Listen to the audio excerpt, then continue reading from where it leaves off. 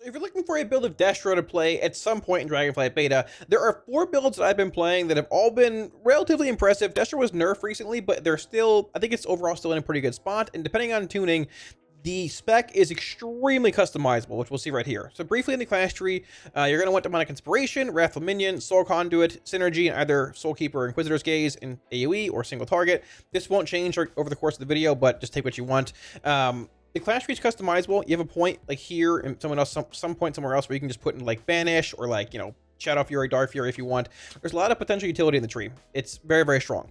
So when it comes to the single target build, this is what I've been playing recently. There's some give and take with this build, but the big thing here, you're playing Channel Demon Fire, Raging Demon Fire, Roaring Blaze, Soulfire, which is indeed worth casting in general, especially when the target's below half health and you get those procs back to back to back.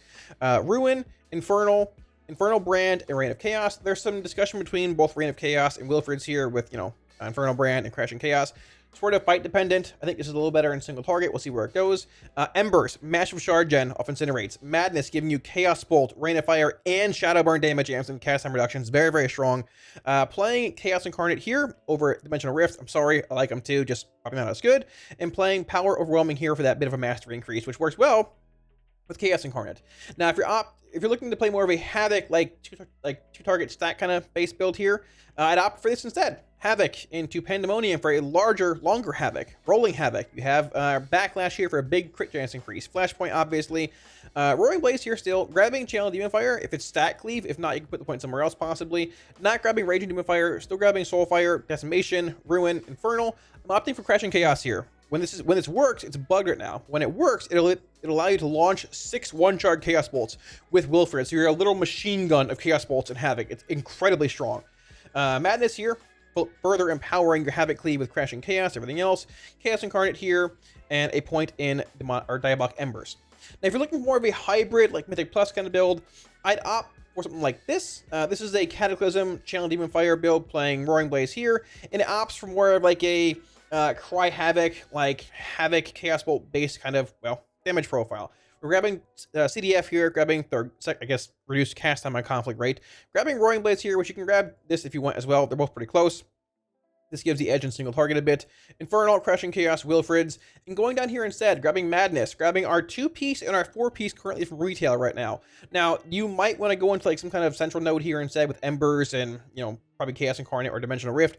Sort of up to you. But this brings that snap on demand. You're pulling the pack, you go bang, Cataclysm, into a CDF, into a Rain of Fire or 2, into a Havoc, launching Chaos Bolts, which gives Cry Havoc Cleave, gives Rolling Havoc stacks, Flashpoint damage on the pull from via Cataclysm, applying Immolate, and you've got Madness to fuel just faster cast, you got Madness to fuel more Rain of Fire damage, 2-piece, 4-piece, and your Infernal with Wilfred's.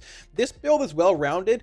It doesn't exceed at one thing exceptionally well, but it's good at whatever it does, which is basically everything, just not exceptionally great at one thing specifically.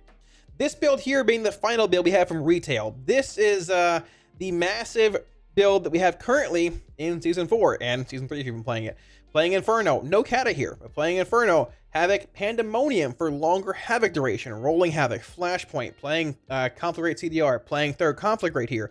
So Pandemonium, Havoc lasts longer. You got more conflict rates, more duration for Havoc, more conflict rates being cast, more charge generated for Inferno, and Rain of Fire cast. Then going down here, once again, Infernal, Crashing Chaos, Wilfred's, 2-piece, 4-piece. I've played this build in dungeons.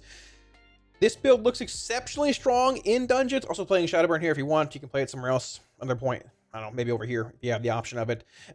This build seems exceptionally strong in dungeons, just like on retail, when you can make those large pulls. Multiple packs, Inferno Shard Gen coming in. On beta, we have very low haste and crit right now.